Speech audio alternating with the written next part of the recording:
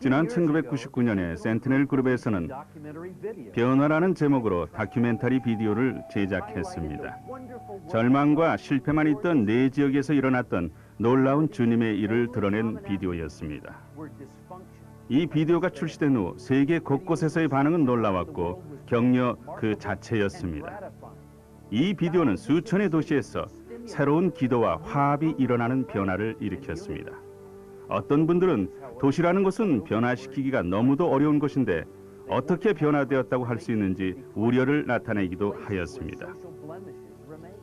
변화는 완벽이라는 말과 동의어는 아닙니다. 타락한 현 세대에 완벽한 곳이란 존재하지 않습니다. 변화를 좀 더 정확하게 말하자면 성화되어 가는 거죠. 우리가 지역 공동체를 어떻게 정의하느냐 하는 것은 우리의 관점에 달려 있습니다.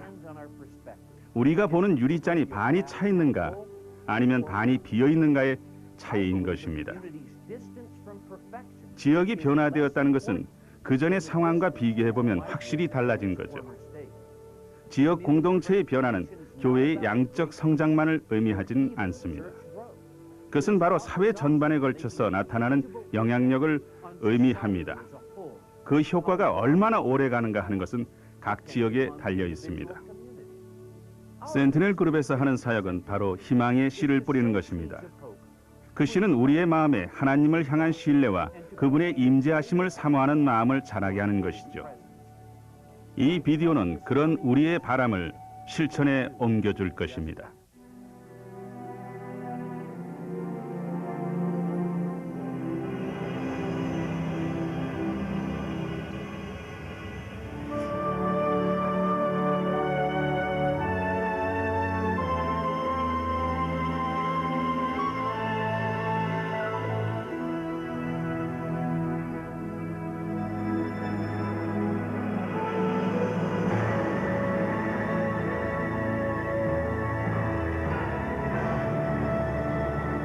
Dominion and all belong to God. He establishes order in the heights of heaven. Can his forces be numbered? Upon whom does his light not rise?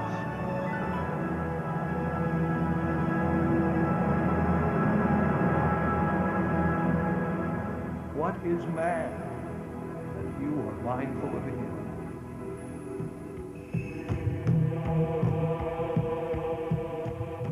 할아버지의 이름은 앙와티 조아치였습니다. 그것은 오래전에 있었던 일이라 글로 남아있지 않아요. 할아버지께서 제게 이야기해 주신 거죠. 할아버지는 우리 부족의 영적 지도자였습니다. 우리가 언제 천막을 치고 또 떠나야 하는지를 이야기하셨고 우리 이누이트들의 생존을 도우셨죠. 우리는 바핀이라고 불리는 섬 북쪽 해안에서 살았어요. 할아버지의 머리가 백발이 되었을 때 남쪽으로부터 온 이누크 사람에게 하나님에 대한 소식을 처음으로 듣게 됐죠. 그 사람은 예수라는 분에 대해 이야기했고 그가 바로 하나님의 아들이라고 말했습니다. 할아버지는 처음엔 그 말의 뜻을 이해 못하셨죠. 할아버지가 하시는 일이 우리 부족의 영적인 일들을 풀어주는 일이어서 무척 답답해하셨어요. 할아버지는 환상을 보았는데 진리를 찾기 위해 먼 길을 떠난 그는 오랫동안 아무것도 찾지 못했어요.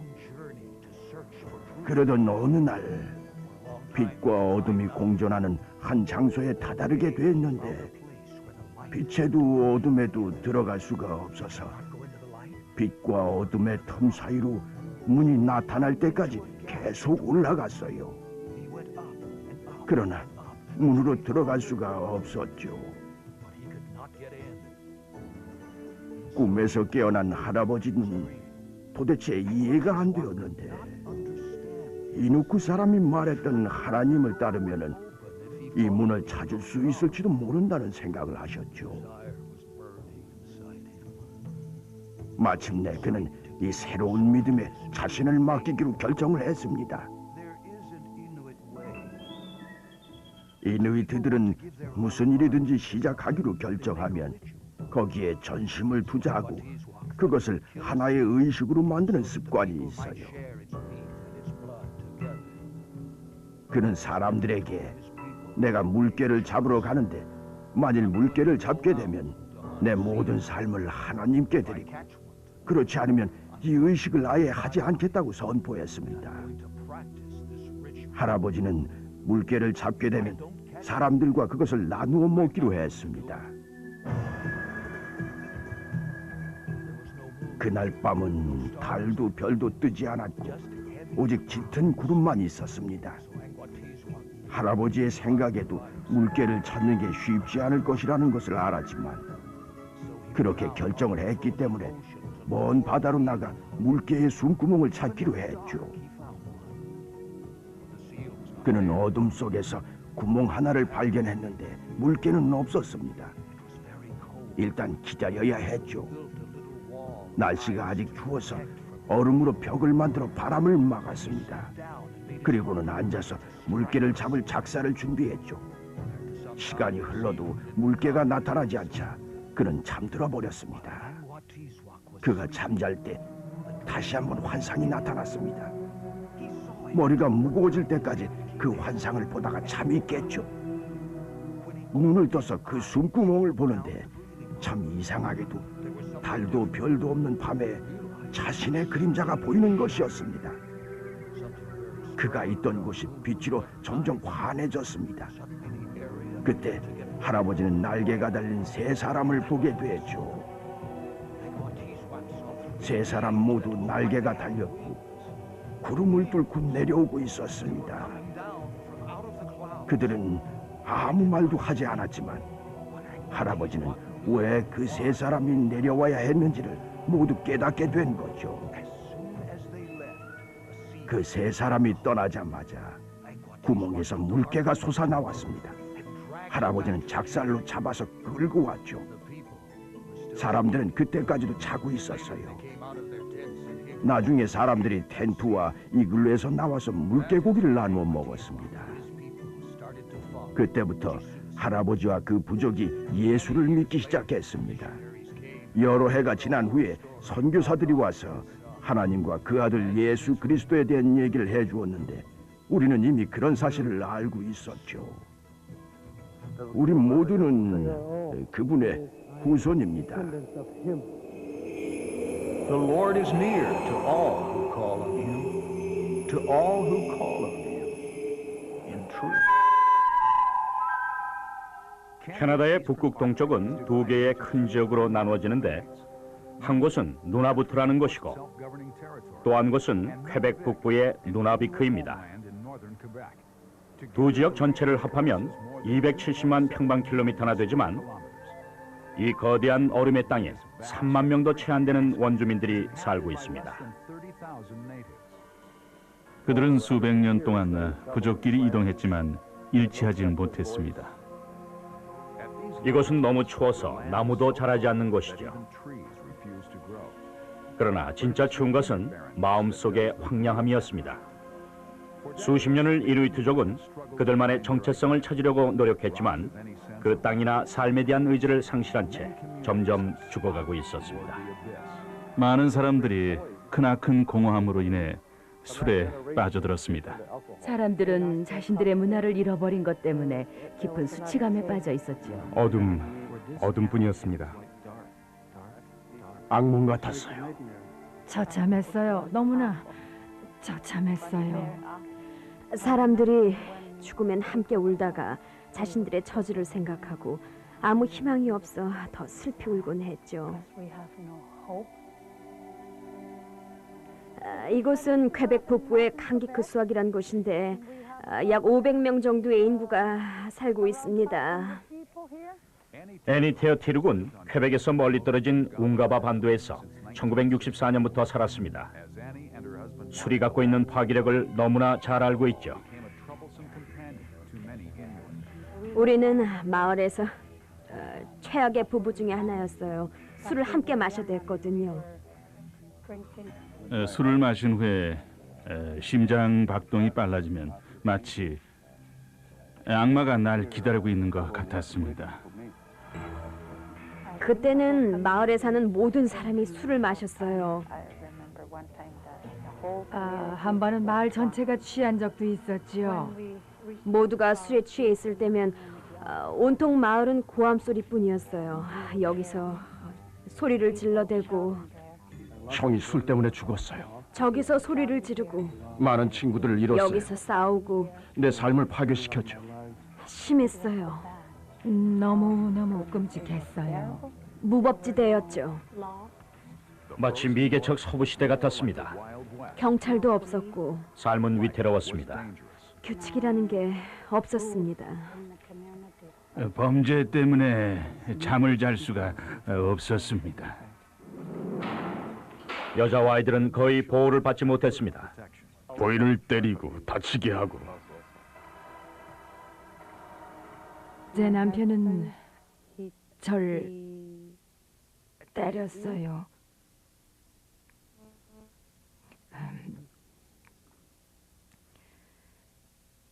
정말 너무 힘든 시간이었죠.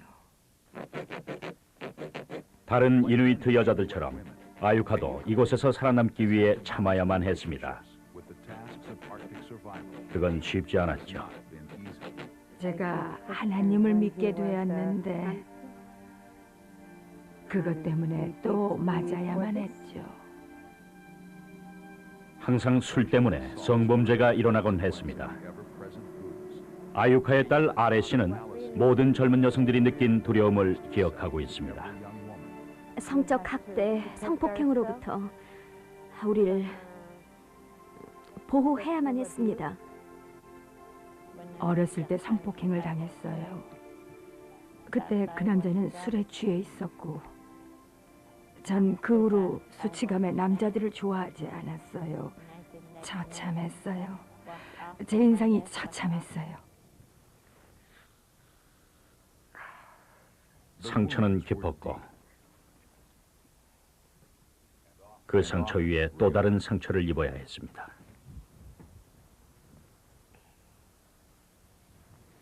아무도 그들이 받은 학대나 마음의 상처에 대해 묻지도 이야기하지도 않았어요.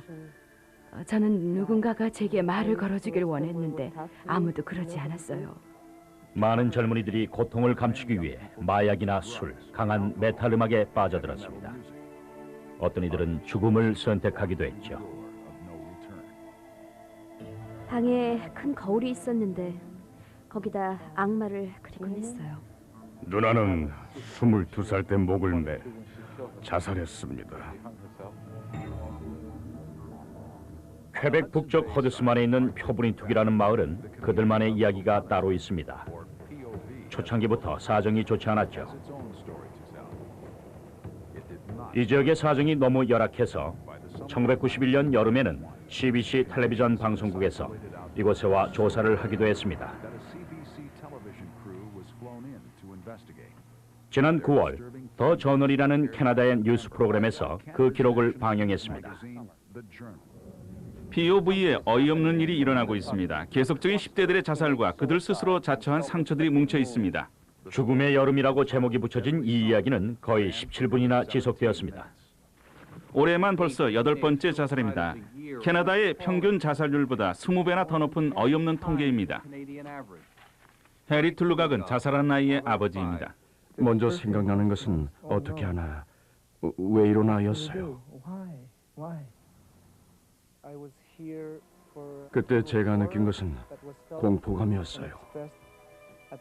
매일 아침 거리에는 마약, 부탄가스 등이 널려 있습니다. 젊은이들의 자살은 어떤 전염병 같았습니다. 이것은 바로 올해 발생된 사망 신고서들입니다.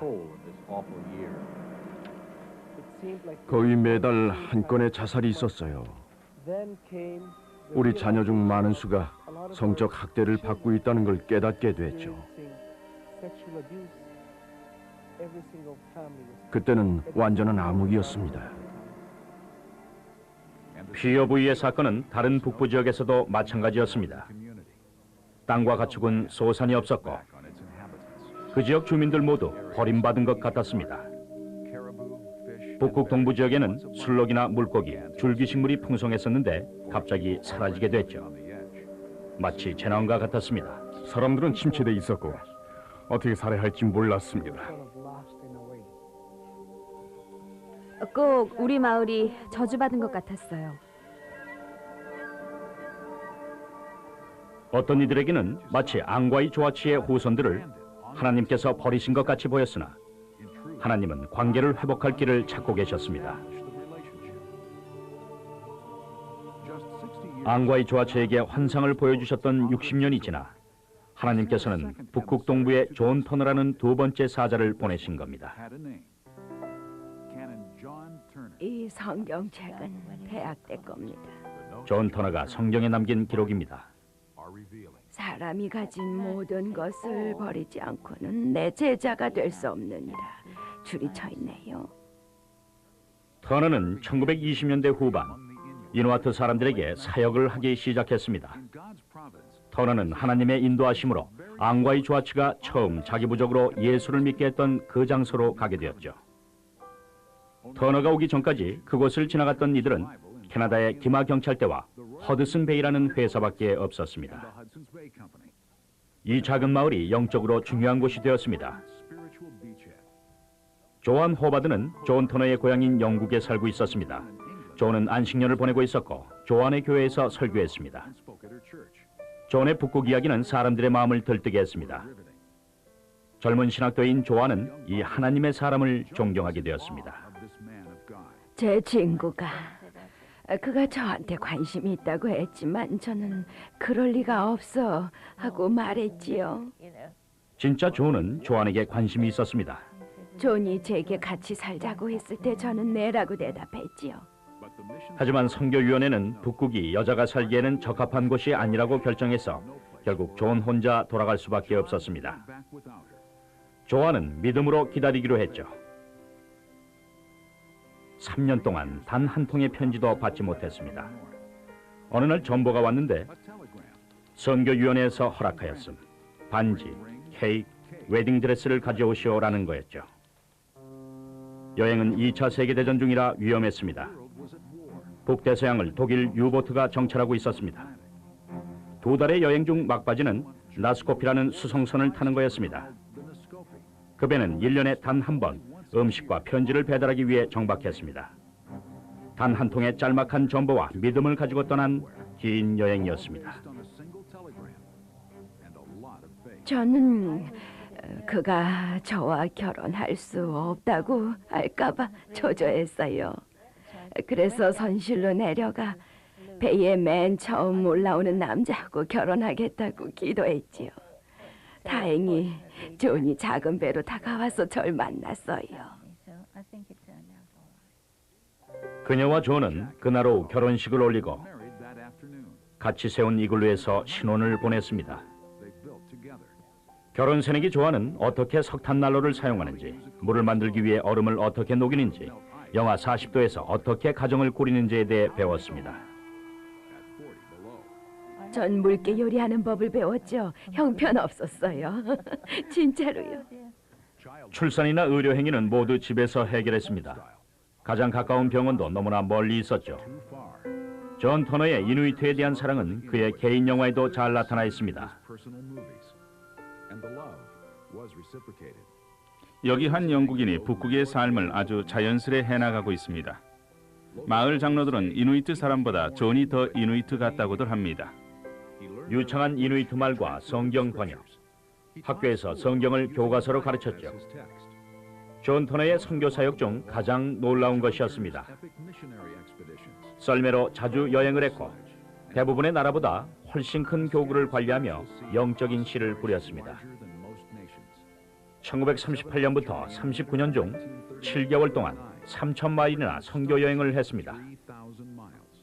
폰트인넷에 있는 터너의 교회는 지금까지 역동적인 사역을 해오고 있습니다.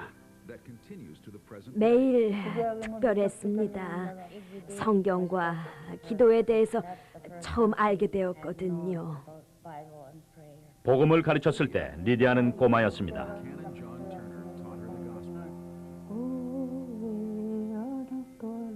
50년이 흐른 지금도 귀한 진리의 말씀은 생명이 되어 그녀의 믿음을 지키고 있습니다. 저는 우리에게 죽음 후의 삶에 대해서 말했는데 그곳은 천국이었습니다. 존 터너는 북극에서 천국을 전파했습니다. 그 천국은 그에게 멀지 않았습니다. 총이 울렸고 그는 쓰러졌어요. 사냥이 끝나고 집에 오는 길에 한 아이가 무거운 얼음 덩어리를 든 것을 보고 도우려 허리를 구부리는 순간 어깨에 총이 내려와 방아쇠를 당긴 것입니다. 총알은 그의 뒷머리를 관통했지요. 터너를 병원에 이송하는 소식은 국제적인 기사거리였습니다. 군인들이 낙하산으로 의약품을 가지고 내려와 중상을 입은 목사를 도우려 했습니다. 점점 마비가 오면서 조아는 존의 간호사가 되었습니다. 밤낮으로 목욕시키고 몸을 뒤집어주고 주사도 놓아주면서요. 그때 두 아이가 있었죠. 또 임신 8개월인 상태였습니다. 얼음이 녹아 구조 비행기가 도착하기까지는 몇 주가 걸려야 했습니다. 안절부절 못하는 배고픈 군인들은 조안에게 새로운 짐이었습니다. 존한테 가서 말했죠. 더 이상 못하겠어요. 너무나 피곤해요. 라고요. 저는 울었어요. 저는 저에게 군인들은 자기 손님들이니까 우리가 할 수 있는 한 해야 한다고 했지요. 조안 터너가 그들에게 줄 수 있는 것이 더 이상 없었을 때에도 존은 그보다 한 걸음 더 나아갔던 것입니다. 터너 가족이 그것을 떠날 때 흐느끼는 이누이트인들이 그들을 둘러쌌습니다. 겨우 말을 할 수 있었던 그는 기도를 했습니다. 그리고 얼마 후 존 터너는 위니펙의 한 병원에서 숨을 거두었습니다. 3주 후에 딸이 태어났는데 그 이름을 조안은 믿음이라고 지었습니다. 엄마의 서재에서 아빠의 성경을 봤습니다. 딸은 아빠를 본 적이 없지만 전혀 낯설지 않았습니다. 그냥 뒤적이고 있는데 이 뒤쪽에 아빠가 적어놓으신 걸 봤어요. 난 절대로 주님의 것 외에는 돌아보지 않기로 결정했다. 나의 삶은 내가 예수를 믿게 된 그날부터 지금까지 오직 주님과 사는 것으로 만족하리라. 그때 아빠의 마음이 어땠을까를 알았어요. 하나님이 말씀하신 대로 그냥 따라간 거죠.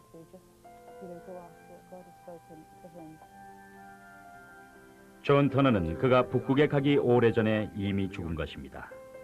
밀알 하나가 땅에 떨어져 죽지 않으면 하나의 씨앗으로 남아있지만 죽으면 많은 열매를 맺느니라. 이것이 그의 비전이었습니다. 조안도 그것을 알고 있었습니다. 한 번은 젊은이들이 거리에서 찬양을 부르는 걸 환상으로 본 적이 있어요. 환상이었지만 언젠간 꼭 그렇게 될 거예요. 반드시 이루어질 거예요. 폰트인넷의 다른 마을처럼 제임스 아리악도 자신을 앙과의 조아치의 영적인 후손으로 존 터너의 영적 제자로 봅니다. 말씀을 전하는 것이 우리 부모님의 삶이었죠. 우리 부모님은 그것을 통해 열매를 보셨습니다.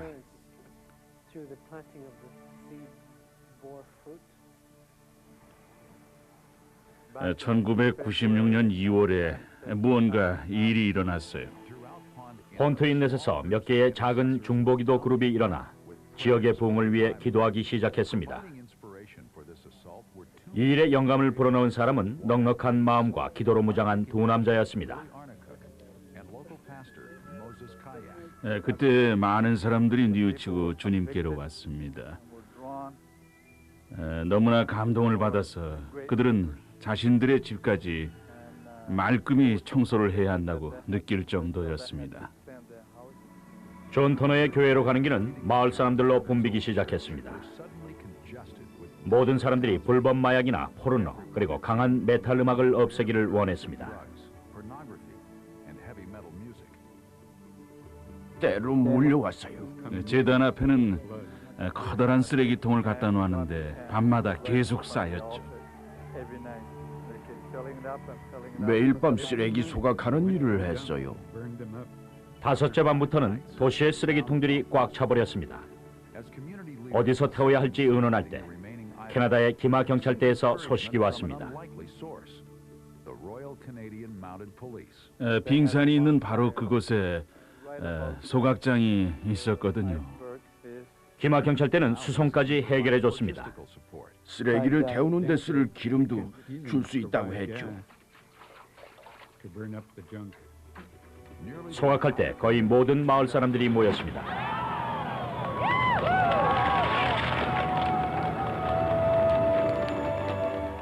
약 10만 달러에 가까운 불법 물품들이 소각되었다고 캐나다 정부 기관이 발표했습니다. 그것은 성령님만이 하실 수 있는 일이었죠. 마을 전체가 변하게 된 겁니다. 이 중대한 사건의 여파는 사람들에게 오래 기억되었습니다. 하지만 그것은 아직 깨닫지 못한 불을 알려주는 것이기도 했습니다. 그 불은 참으로 놀라운 불이어서 지구 반대편 사람들의 입에 오르내리기도 했습니다. 1999년 2월 28일 한겨울에 일어난 일입니다. 사람들이 일주일간 부흥회를 위해 교회에 모여 있었습니다. 마을 사람들은 주님에 대한 갈망과 마약 사용을 끊기 위한 청소년 예배를 특별히 주일 오후에 드리기로 했죠. 그 모임을 이끄는 사람들 중에는 모세스 크약과 그의 동역자인 조수아 제임스 아리아크가 있었는데 그들은 원래 불꽃을 지켰던 앙과티 조아치의 증손자들이었습니다. 하나님께 더 가까이 가고 싶은 청소년들은 모두 초청되었습니다. 예배 인도자 루이 아리아크는 재단으로 모여든 청소년들을 위해 기도하고 있었습니다. 하나님의 임재를 느꼈고 계속 저에게 마음이 깨끗한 자는 복이 있나니 저희가 하나님을 볼 것이요라는 말씀을 주셨습니다. 도저히 상상할 수 없는 뭔가가 일어나기 시작했습니다. 소리가 나기 시작한 겁니다. 처음엔 너무나 작아서 들릴락말락했었죠. 예배는 늘 녹음을 했는데 그때도 계속 녹음을 하고 있었습니다. 저는 바로 멈추려고 했죠. 하지만 소리는 점점 커졌고 사람들은 조금씩 초조해했습니다.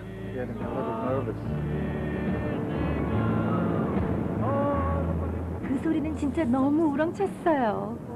너무 커서 모든 것이 흔들리기 시작했죠. 불이 저를 관통해 지나갔어요. 휙. 꼭 비행기 소리 같았어요. 모든 것이 흔들리기 시작했고 저도 떨기 시작했죠. 저는 폰트인넷은 비행기가 없는데라고 말을 했어요.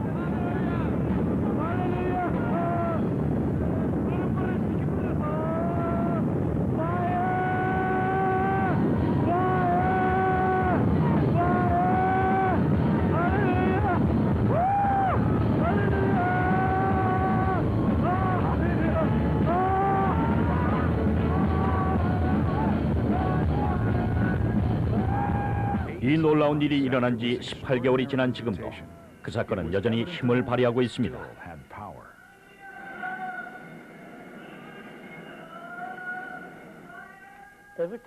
그때를 생각할 때마다 전능하신 하나님께서 우리에게 오실 수 있다는 생각이 들 때면 머리를 숙이게 됩니다. 간절하게요. 정말입니다. 모세스 키역 목사님은 처음 나지막히 울리는 소리를 듣고 음향기기를 손보려고 다가갔습니다. 이걸 만져도 안 되고 저걸 만져도 안 되는 거예요. 목사님은 아예 작동을 멈추게 했습니다. 기기가 완전히 정지가 된 거죠. 그런데도 그 소리는 계속 녹음이 되었습니다.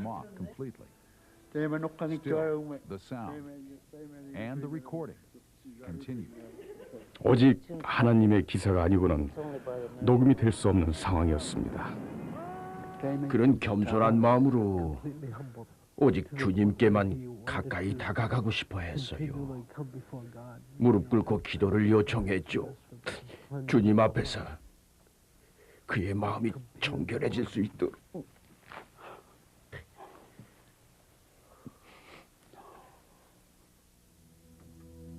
폰트인넷에서 역사하신 성령께서는 북극 동부의 다른 마을에서도 역사하셨습니다. 그중 하나가 퀘벡 북동부의 웅가 밤안에 있는 아우파룩이라는 작은 마을이었습니다. 그 마을은 1978년에 형성되었는데 슬픔의 마을로 알려진 곳이었습니다. 많은 비극이 있었죠. 17살쯤 된 남자아이가 자살을 했습니다. 19살 된 어떤 여자아이도 자살을 했죠. 우리는 마을을 위해 기도했습니다. 그러자 우리 마을의 저주가 끊겼어요. 정말 끊겼습니다. 결과는 즉각적으로 나타났습니다. 우리 마을은 변화됐습니다. 그때의 기도로 인해 우리는 자유케 된 거죠. 지금은 행복합니다. 매기 아쿠포아 툭은 학교 선생으로 기회가 올 때마다 그리스도의 사랑을 전하는 능력 있는 일꾼입니다. 저는 크리스천으로서 제 마음을 아이들과 나누고 싶어요. 그래서 항상 아이들에게 마음에 예수님이 계시냐고 묻곤 합니다. 아우파룩의 교실에서의 복음의 영향은 충만하고도 능력이 넘칩니다. 학교의 스피커를 통해 주기도문이 나옵니다. 실비아 소시 선생님은 캐나다에서 계약직 선생으로 온 불신자입니다. 여기 대부분의 아이들은 종교적인 것 같아요. 매기 선생님은 그 이상이라고 합니다. 모두 구원받았고 모두 거듭났습니다. 현재 그 학생들은 마을의 약 40%를 차지하는데 미래에는 전체가 될 겁니다. POV도 변하고 있습니다. 오랜 주민이면서 목사인 엘리시아 살류와르군 이 변화를 행복하게 지켜보고 있습니다. 1996년에 이 마을은 회복이 되었어요. 전적으로 주님에 의해서요. 전체 마을이 다 놀란 일이었습니다.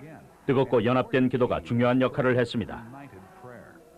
하나님을 향해 열린 마음, 성령님의 역사가 마을을 흔들었죠. 교회에서는 통곡과 흐느낌이, 그리고 그들만의 격렬한 아픔이 토해졌죠.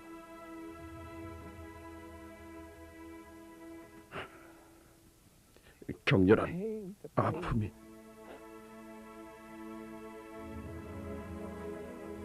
하나님 앞에서 괴로움이 향기처럼 타올랐습니다. 그리고는 하늘문이 열렸습니다. 아주 좋은 결과들이 많았습니다.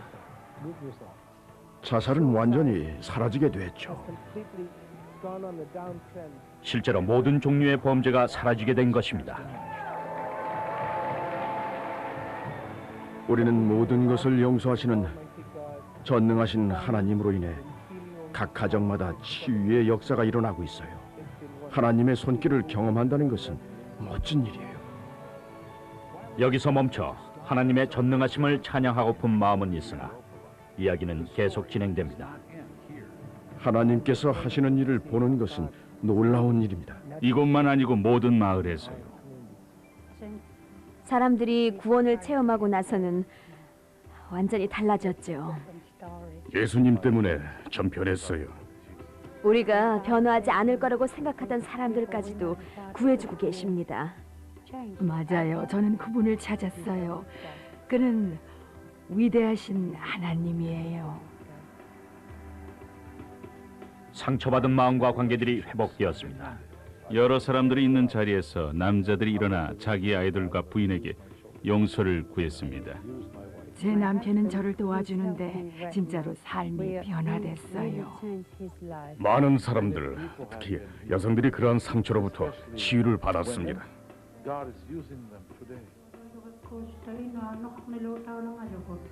하나님께서 마을들을 변화시키고 계세요. 예수님이 모든 문제의 해답이 되어 주셨죠. 전체 마을에서요. 북극에 있는 모든 마을의 수준이 같지는 않지만 변화가 일어나지 않은 곳은 한 군데도 없습니다. 모든 것이 변했어요. 그냥 변한 거지요. 모든 것이 퍼져나가고 있어요. 주님의 영광이 확산되고 있는 거죠. 어떤 마을을 가더라도 똑같은 얘기를 해줄 거예요. 쿠아크탁이나 칸이루숲, 코악 아우파룩, 후비르니툭 레솔로투만, 클라이드강 북극만, 혼인넷 하보호수, 하시우아크 코랄만. 강의쿠스악 등 어디든지요. 제가 보는 것은 아름다운 변화죠. 복음은 정치 영역에도 스며들기 시작했습니다.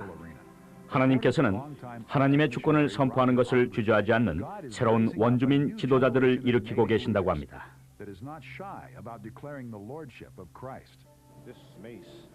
이 홀은 일가고래의 뼈로 만들어졌습니다. 이것은 누나부트 사법부의 상징이어서 일을 처리하러 모일 때마다 이 홀이 등장합니다. 이 홀 안의 종이에는 하늘에서와 같이 땅에서도 주의 뜻이 이루어지다라는 주기도문이 적혀 있습니다. 어떤 시장들은 위원회를 소집해서 일주일에 2번씩 기도합니다. 주님이 없는 모임에 좋은 결과가 없다는 걸 알기 때문이지요. 그래서 주님은 어떤 일이 있든지 포함이 됩니다. 의로운 자가 다스리면 사람들이 기뻐합니다. 하나님께서는 땅도 고치셨습니다. 소산이 나기 시작하고 생산적이 된 것이지요. 20년 전에는 술록이 없었는데 술록이 돌아오기 시작했습니다.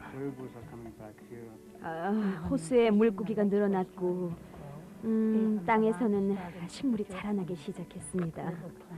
우린 축복받았어요. 외로운 물개 사냥꾼의 마음을 사로잡았던 그 소망이 이제는 북극 동부의 교회, 학교의 교실, 지방의회의 사무실에도 나타나고 있습니다. 이것은 하나님의 사랑이 깊고 영원한 것뿐 아니라 분명한 목적이 있다는 것입니다. 얼어붙은 북극 툰드라가 무슨 쓸모가 있냐고 무시하는 사람들이 있다면 하나님께서는 그들에게 나를 영화롭게 하는데 그 땅을 쓸 것이라고 하실 것입니다. 젊은 사람들이 거리로 나와 주님을 찬양하고 또 노래하는 환상을 봤어요. 언젠간 일어날 거예요. 반드시 이루어질 거예요. Listen, your watchmen lift up their voices. Together they shout for joy. When the Lord returns to Zion, they will see it with their own eyes. For I can hear that thunder in the distance, like a train on the edge of the town. I can feel the brooding of the Spirit. Lay your burdens down. Lay your burdens down.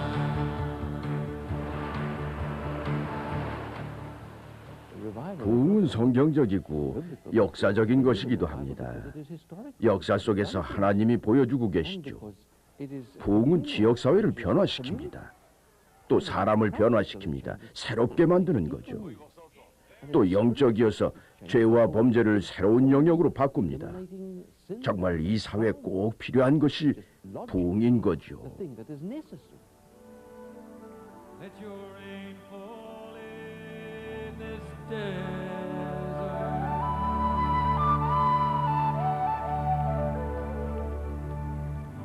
전 지역에 걸친 사회적인 변화는 흔치 않은 일이지만 이상한 것도 아닙니다. 우리가 하나님께만 맡길 수 있다면 언제든지 일어나는 것이죠. 북극처럼 스코틀랜드 외곽 헤브리즈에도 초자연적인 얘기들이 있습니다. 머나먼 북쪽처럼 암벽과 바람으로 지친 아르마다는 하나님께서 오시기에 적합치 않은 장소처럼 보입니다. 하지만 하나님은 놀랍게도 이 고대의 땅을 돌아보셨습니다. 그들 대부분이 전에는 결코 경험하지 못했던 하나님의 임재를 경험했습니다. 이 놀라운 역사는 9,000명에게 나타났습니다. 12,000명이 살고 있는 이 섬에서 그런 일이 일어났다는 것은 놀랍지요. 1949년에 하나님의 임재하심이 다시 일어났습니다. 이번에는 바즈바스 교구였죠. 교회 안에서 영적인 교만과 율법주의가 깊은 분열을 일으켰습니다. 어떤 목사님은 하나님께서 자신들이 없는 곳에서 그렇게 위대한 일을 하셨다는 사실에 심한 거부감을 느끼기도 했었습니다. 그래서 하나님의 임재가 나타났을 때 그들은 악착같이 반대했습니다. 그 섬에서 가장 큰 교파가 반대를 했습니다. 부흥이 일어났을 때 메리 페캄은 10대 소녀였습니다. 그녀는 부흥이 오기 전의 냉랭함을 아직도 기억하고 있습니다. 부흥이 일기 전의 영적 상태는 생동감이 없었어요. 완전히 영적인 겨울이었지요. 모두가 겨울이었던 것은 아닙니다. 부흥을 한번 맛본 사람은 계속 보고 싶어 하지요. 부흥의 때에 개종한 신실한 도널드 존 스미스는 어떻게 그 지역 중보 기도자들이 기도했는지를 기억합니다. 사람들은 항상 부흥을 위해 기도했죠. 창고에서 기도를 했었는데 많은 사람들이 그들이 기도하는 것을 들을 수 있었습니다. 이 열정적인 기도 용사 가운데 나이 든 두 자매가 있었는데 그중 한 자매는 눈이 거의 보이지 않았습니다. 그들은 늘 심야 기도회에 참석했는데 이사야서 44장 3절의 말씀이 이들을 사로잡았습니다. I will pour water on the thirsty land and streams upon the dry ground. 몸을 움직이지 못하는 사람도 침대에 누운 채로 기도 모임에 참석했습니다. 그들과 같이 성경도 읽고 기도도 하며 주님의 임재를 느끼곤 했죠. 이들의 믿음의 감화를 받아서 7명의 교회 지도자들이 창고에 모여 기도하기 시작했습니다. 몇 달 동안은 주님의 임재하심에 대한 갈망을 일으켜달라고 기도드렸습니다. 그것은 부흥의 시초가 되는 확실한 순간이었어요. 그때가 1949년 중반이었습니다. 창고에서 장로들이 산고의 기도를 하고 있을 때면 근처 작은 농장의 등이 밤새 켜져 있는 것을 보곤 했죠. 어떤 사람들은 외부 출입도 하지 않았습니다. 하나님을 향한 열망이 잠자려는 욕망까지도 가져가 버린 것이었습니다. 기도하는 마을이었어요. 얼굴은 늘 눈물 자국이었죠. 진정한 갈망이 있었어요. 산고의 기도였죠. 그들은 기도하며 괴로워했어요. 하나님이 오시길 바라는 간절함. 주님은 응답하셨어요. 하나님은 그들의 눈물을 보았고 그곳에 임하셨습니다. 네, 그날 밤 뭔가 아주 중요한 일이 벌어졌습니다. 뭔가 이상한 분위기가 집안에서 느껴졌습니다. 우리는 이 기운을 느꼈고 얼마 후에는 접시도 딸그락거렸죠. 주님께서 강한 바람과 함께 오신 것 같았습니다. 주님의 임재하심과 더불어 기도의 힘이 집을 흔들었답니다. 그것은 초자연적인 현상이었기에 사람들은 두려워했어요. 그 마을에 하나님의 영광이 임하신 것이었습니다. 많은 농장 위에 분명한 초자연적인 빛이 머물렀습니다. 집에 빛이 들어왔어요. 영화로우신 주님의 빛이 주위에 비치고 있었죠. 모두 다 놀라서 한마디도 못했죠. 뭘 말할 수 있겠어요? 우리가 할 수 있었던 말은 너희는 잠잠하며 내가 하나님됨을 알지어다. 그것뿐이었습니다. 새벽 4시경 마을의 경찰서로 수백 명의 사람들이 모여들었고 근처 마을에서도 이해할 수 없는 힘에 이끌려 많은 사람들이 왔습니다. 큰 길을 걸으며 주께서 긍휼을 베풀어 달라고 부르짖었죠. 길거리에 무릎을 꿇고 주께서 불쌍히 여겨달라고 부르짖었습니다. 우리 모두가 영의 세계로 들어간 것 같았어요. 마음속으로 의심했던 것들이 사실로 여겨졌어요. 부흥을 일으키는 데 있어서의 주요 인물은 합동자유교회의 열렬한 설교자 던컨 캠벨이었습니다. 그는 제단을 왔다 갔다 했고 얼굴에는 땀이 흘렀어요.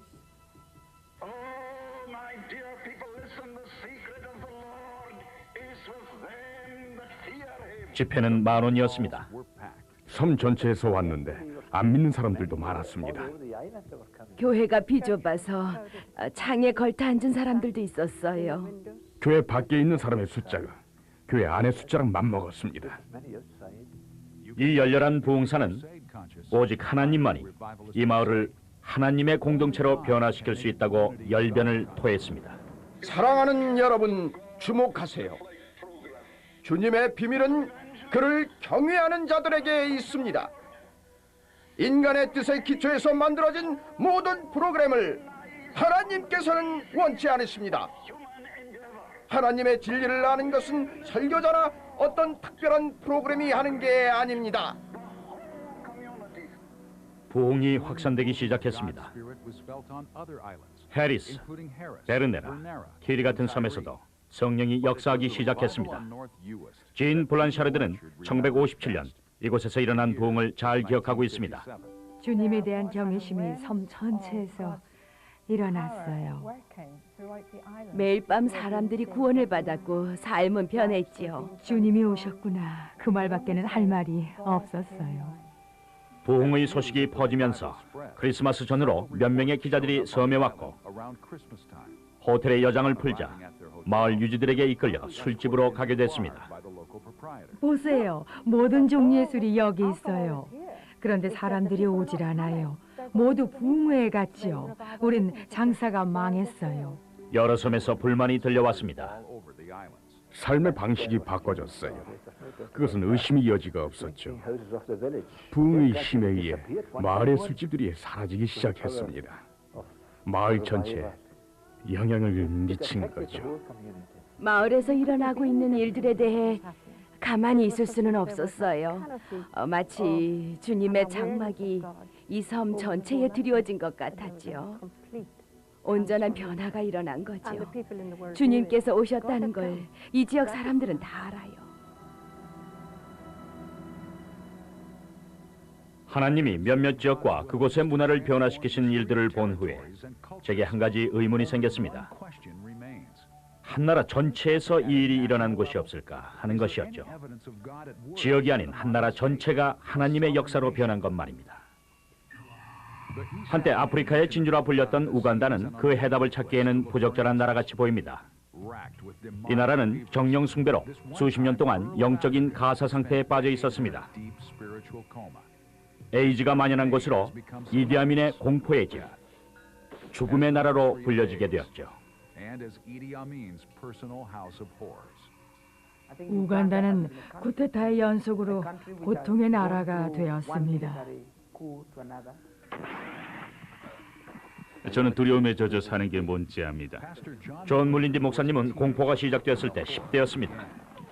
수천 명이 떼죽음을 당했습니다. 누가 누구를 죽이고 있는지도 모르는 상태였습니다. 존 물린디의 이야기를 듣노라면 생생한 기억이 떠오를 것입니다. 시체가 이틀 동안 저기에 있었어요. 죽은 엄마의 젖을 아이가 잡아당겼죠. 영원히 잊지 못할 것입니다. 우리가 무엇과 싸우고 있는지도 몰랐습니다.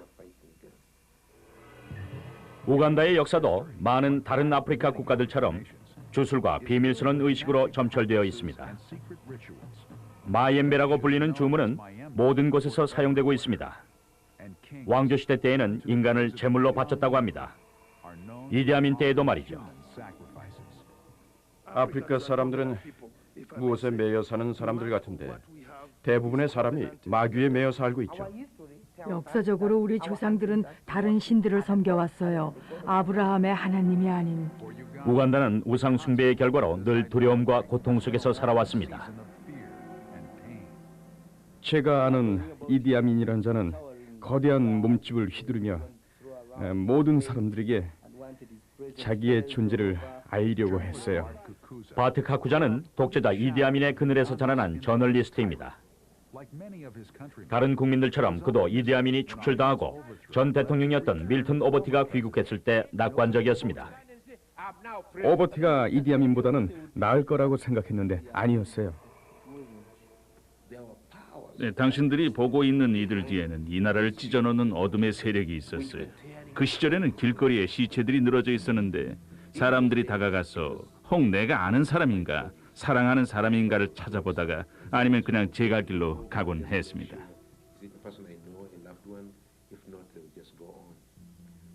군인들만 살인을 하는 게 아니었습니다. 저는 죽기 위해 태어났습니다. 잭슨 셴요가 목사님이 태어난 지 3달이 되었을 때 엄마는 그를 쓰레기 더미에 버렸습니다. 할머니가 다시 죽으셨죠. 며칠 내로 죽을 거라고 생각해 이모가 돌보기로 했습니다. 그런데 아이는 다시 살아남은 것입니다.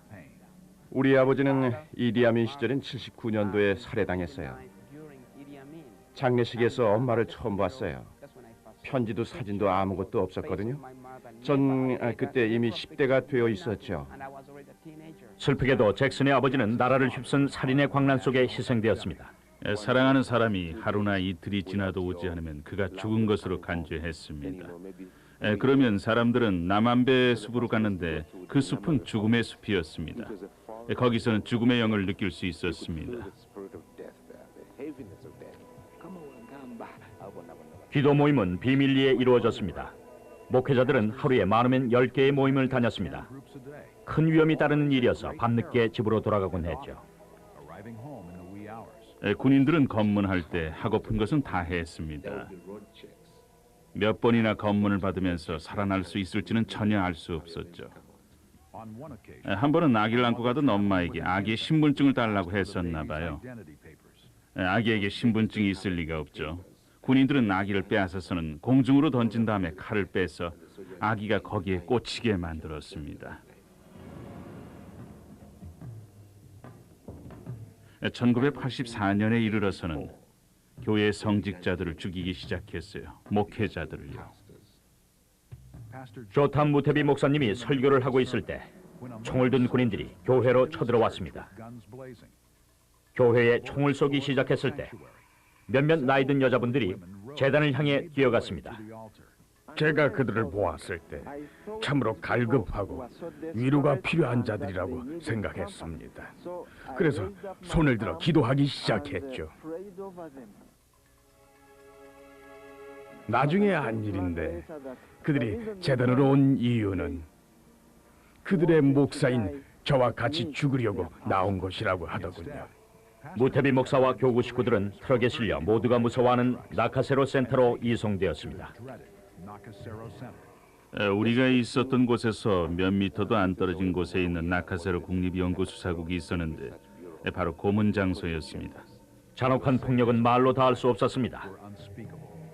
60명의 사람들을 폭 길이 3미터인 방에 넣었는데 숨이 막혀 거기서 죽어도 살아있는 사람들 틈에 시체가 끼어 있었습니다. 수사를 하는 것은 없었어요. 일이 일어나면 그게 곧 끝이었습니다. 세계의 모든 나라가 우간다에서 일어나는 이 일들에 등을 돌린 것 같았습니다. 우리를 버린 거죠. 수백만이 죽었고 시체는 오웬 폭포 댐이나 빅토리아 호수 주변을 가득 메웠습니다. 우리 과거의 죄를 회개해야 합니다. 우리는 가인보다 나을 게 하나도 없습니다. 살인으로 인한 결과는 경제와 사회 기반 구조를 약하게 했습니다. 공장은 무너지고 기본적인 생활 필수품조차 구할 수가 없었습니다. 비누나 다른 아무것도 구할 수가 없었어요. 시내는 지저분했고 건물들은 온전치 못했습니다. 공무원들의 기강이 무너져서 어떤 일을 하나 하려 해도 뇌물을 주어야만 했습니다. 어쩔 수가 없었어요. 이보다 더 나쁜 일이 없을 것 같았는데 최악이 왔습니다. WHO가 알려준 소식이었습니다. WHO는 우간다에서 에이즈로 인해 1997년까지 인구의 3분의 1이 죽을 것이라고 예측을 했습니다.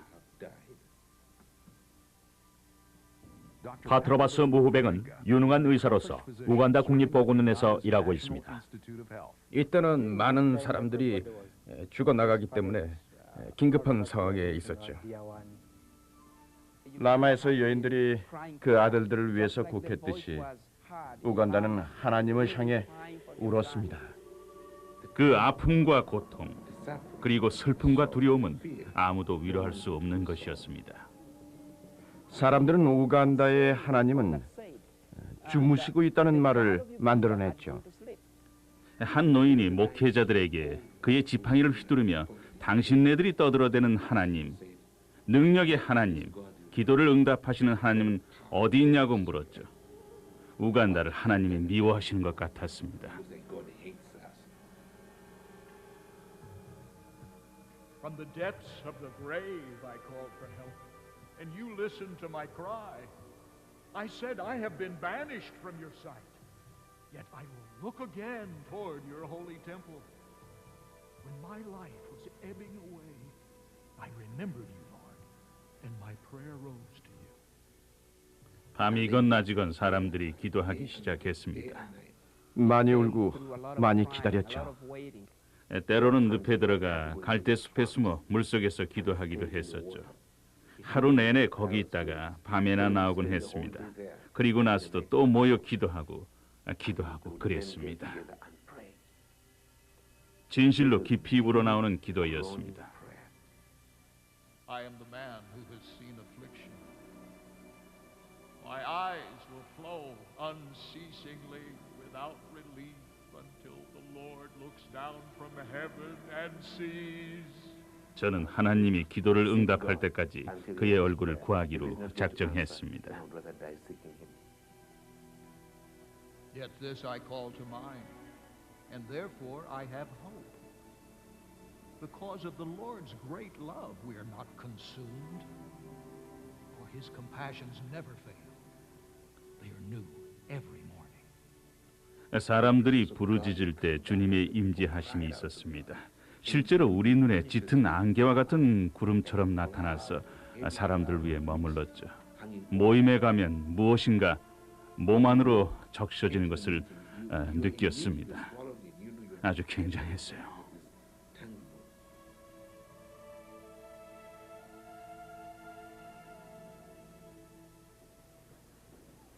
15년 전에 이곳은 우간다에서 가장 위험한 지역 중 하나였습니다. 이 마을은 캄팔라의 베이루트라고 불렀는데 밀튼 오버티 정권 하에서 신병들이 이곳의 집과 가게 등을 사격 연습용으로 사용했기 때문이죠. 절망이 이 마을을 감싸고 있었습니다. 바로 이곳에 하나님께서 로버트 카냐나라는 우간다인 전도자를 보내주신 겁니다. 6명의 중보 기도자가 같이 왔습니다. 이것이 우리가 기도하던 장소입니다. 로버트 일행은 무법의 군인들과 부딪히는 것 말고도 무소키라는 영향력 있는 주술사의 도전을 받기도 했습니다. 이 사람에게는 어떤 무서움 같은 것이 따라다녔습니다. 주술가가 죽이겠다고 협박을 했습니다. 중보 기도자들은 울부짖어 기도했고 며칠 뒤 무소키는 죽었습니다. 이 유명한 주술가의 죽음이 있은 후부터 우리는 하늘 문이 열리는 것을 보기 시작했죠. 카냐나의 작은 교회는 큰 수로 불어났습니다. 미러클 교회에서는 10,000명의 성도가 있고 600개의 교회를 개척했습니다. 경제가 완전히 붕괴되어 주변 여러 나라들로부터 인정받지 못했고 전혀 목소리조차 낼 수 없었던 우간다입니다. 우간다인이라는 걸 수치로 여겼던 이 나라가 천천히 바뀌기 시작한 겁니다. 치유가 시작된 거죠.